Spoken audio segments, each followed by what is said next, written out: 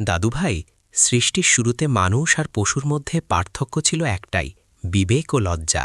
দাদু, এখন কি সেই পার্থক্যটা নেই? দেখো দাদুভাই, পশুর কোনো সমাজ নেই, কোনো নির্দিষ্ট নিয়ম নেই। তারা সময়ের পরোয়া করে না, লোকলজ্জার ভয় পায় না।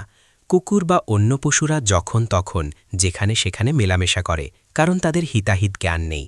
কিন্তু মানুষ ছিল সৃষ্টির সেরা, কারণ মানুষের মধ্যে ছিল আত্মনিয়ন্ত্রণ। আজকালকার এই আধুনিকতার নামে আমরা যা দেখছি তা কি আমাদের সামনে এগিয়ে নিচ্ছে, নাকি আমরা সেই আদিম পশুত্বের দিকে ফিরে যাচ্ছি? কুকুর তো অবুঝ প্রাণী, কিন্তু আমরা তো মানুষ।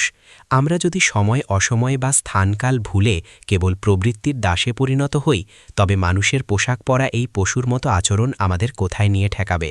বর্তমান যুগে স্বাধীনতা মানে যদি হয় নৈতিকতা বিসর্জন দেওয়া, তবে সেই স্বাধীনতার চেয়ে পরাধীনতা ভালো। আমরা কি আসলেই উন্নতির পথে এগোচ্ছি, নাকি মানুষের মুখোশ পরা একদল উন্নত পশুতে রূপান্তরিত হচ্ছি? সময় এসেছে ভাবার।